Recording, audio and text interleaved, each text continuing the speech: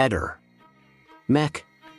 Pallister. Patrizia Castaldini è stata recentemente proposta come nuova procuratrice della Repubblica di Trieste della quinta sezione del Consiglio Superiore della Magistratura. Un incarico significativo che arriva dopo il pensionamento di Antonio De Nicolo. Questa proposta è stata accolta con un consenso unanime, un fatto che sottolinea la fiducia collettiva nel suo operato e nella sua capacità di guidare la procura del capoluogo giuliano. La ratifica formale della sua nomina è prevista nelle prossime settimane, senza ostacoli previsti. Nata a Ferrara, Patrizia Castaldini si appresta a compiere 61 anni a gennaio e ha dedicato metà della sua vita alla magistratura. La sua carriera è iniziata come pubblico ministero in Calabria, dove si è occupata di casi complessi legati alla mafia e alla corruzione nella pubblica amministrazione, dimostrando fin da subito un forte impegno nella lotta contro la criminalità organizzata. Dopo gli anni trascorsi nel sud Italia, Castaldini è tornata nella sua terra d'origine, Ferrara, nel 2001. Qui ha gestito una serie di inchieste delicate, affrontando reati a sfondo sessuale e illeciti fiscali. Tra i casi più rilevanti della sua carriera a Ferrara c'è il crack della Cassa di risparmio di Ferrara, una vicenda intricata che ha coinvolto gli ex amministratori della banca, portata in risoluzione nel 2015 a seguito di un aumento di capitale problematico avvenuto nel 2011. Questo caso ha messo in luce le sue capacità investigative e la sua determinazione nel perseguire la giustizia. In aggiunta a queste responsabilità, Castaldini ha assunto il ruolo di procuratrice facente funzioni durante le assenze del procuratore capo, dimostrando la sua capacità di leadership e gestione. Questo ruolo è poi diventato ufficiale nel 2018, quando il CSM le ha conferito la guida della Procura della Repubblica di Nuoro. In questa posizione, si è trovata a gestire indagini di grande rilevanza, tra cui quella sull'alluvione di Bitti del 28 novembre 2020, una tragedia che ha scosso profondamente la Sardegna. In quell'occasione, una devastante bomba d'acqua ha colpito il comune di Bitti, provocando 3 vittime e danni stimati intorno ai 40 milioni di euro. Castaldini ha aperto un'inchiesta per disastro colposo, cercando di identificare eventuali responsabilità nella gestione del territorio e delle emergenze.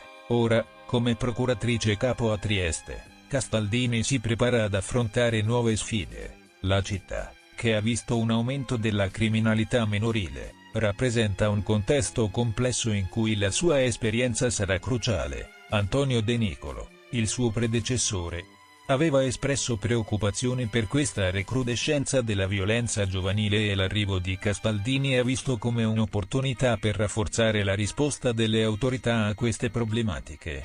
Inoltre, erediterà casi di grande clamore come l'indagine su Unabomber, riaperta a seguito di nuovi sviluppi, e il misterioso caso di Liliana Resinovic. Una vicenda che ha attirato molta attenzione mediatica. È possibile che il ritardo nel deposito della nuova autopsia da parte della professoressa Cristina Cattaneo sia dovuto a diverse ragioni, ma non all'insediamento del nuovo procuratore. Le proroghe in casi di indagini complesse possono derivare da vari fattori, come la necessità di ulteriori analisi, l'acquisizione di nuovi dati o la collaborazione con altri esperti. Tuttavia, l'arrivo di un nuovo procuratore come Patrizia Castaldini potrebbe influenzare le priorità e l'approccio dell'ufficio della procura. Ma generalmente le attività tecniche come la consegna di una perizia seguono tempi e procedure specifiche indipendenti dall'insediamento di nuovi dirigenti. In questi contesti, l'obiettivo principale è garantire la massima accuratezza e completezza delle analisi, piuttosto che sincronizzarsi con cambiamenti amministrativi. La morte di Liliana Resinovic, avvenuta in circostanze sospette, è al centro di un'indagine complessa e delicata. Liliana, 63 anni, era scomparsa dalla sua abitazione di Trieste il 14 dicembre 2021, e il suo corpo è stato ritrovato il 5 gennaio 2022 in un boschetto nei pressi dell'ex ospedale psichiatrico. Il corpo presentava segni sospetti, con la testa avvolta in 2 sacchetti di plastica e il corpo chiuso in 2 sacchi neri. La perizia di parte, richiesta dai familiari della vittima, ha sollevato dubbi sulla possibilità di un suicidio. suggerendo invece l'ipotesi di un omicidio a causa delle fratture al collo e delle condizioni del ritrovamento del corpo. Un aspetto cruciale di questa indagine riguarda gli SMS trovati nel cellulare di Liliana, che rivelano una relazione sentimentale con Claudio Sterpena, un amante con cui Liliana intendeva iniziare una nuova vita, lasciando il marito Sebastiano Visintin. Nonostante Visintin abbia negato l'esistenza di questa relazione, i messaggi recuperati dagli inquirenti sembrano confermare una dinamica di distacco tra Liliana e suo marito. Questo elemento ha aggiunto un ulteriore livello di complessità all'indagine, poiché gli investigatori stanno cercando di determinare se le dinamiche personali della vittima possano aver avuto un ruolo nella sua tragica scomparsa. La perizia medico-legale, affidata all'antropologa forense Cristina Cattaneo, è stata oggetto di diverse proroghe, con la consegna finale prevista per febbraio 2023.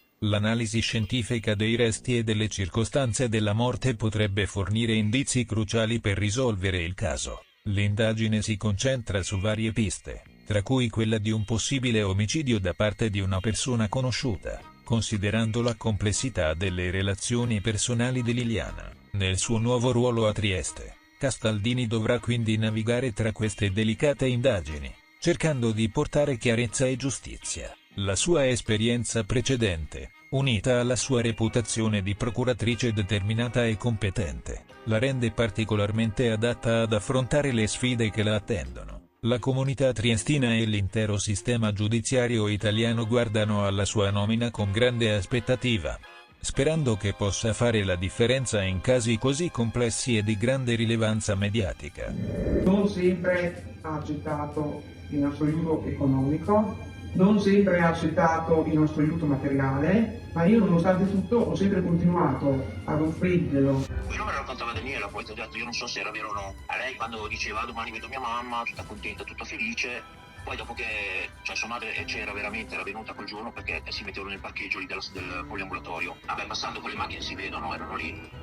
E il giorno dopo un giorno o due veniva e diceva dai come è andata con tua mamma, e lei mi ha portato via i soldi, poi ti ripeto, io non so se è vero o no, 2 volte ogni fine mese, quando vedeva sua mamma, diceva sul termine, perché sua mamma gli portava via i soldi, e lei diceva solo che gli ha portato via i soldi, però non diceva altro, era solo arrabbiata per quello, diceva arrabbiata, vale a capire se era arrabbiata per quello o per qualcos'altro, sono cose che mi ha detto lei, e li ho visti.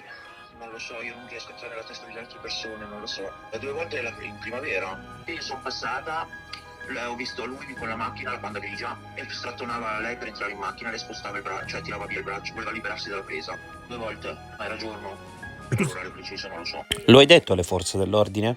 Io ho lasciato il recapito, non mi hanno ancora chiamato, si vede che forse lo sanno anche loro, non lo so. Non avresti quindi alcun problema a raccontare tutto ciò agli inquirenti? Se mi chiamano sì, io ho paura tuttora, infatti ho dovuto mettere... Io non li conosco personalmente, però da voce so che lui non è molto bravo, cioè so che ha la testa calda. Non racconto bugie io. Per cui quando il fratello e la madre di Daniela parlano di buoni rapporti, qualcuno non dice la verità? Ah, di sicuro? Non lo so.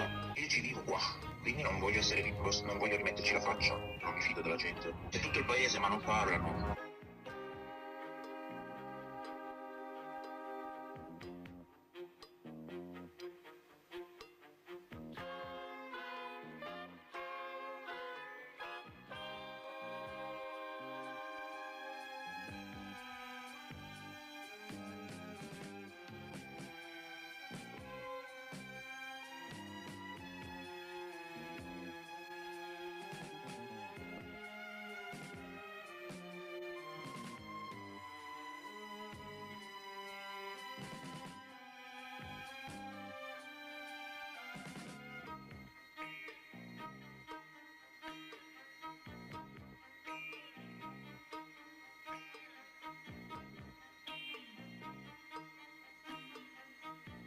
Ehi, non dimenticare di iscriverti a questo canale.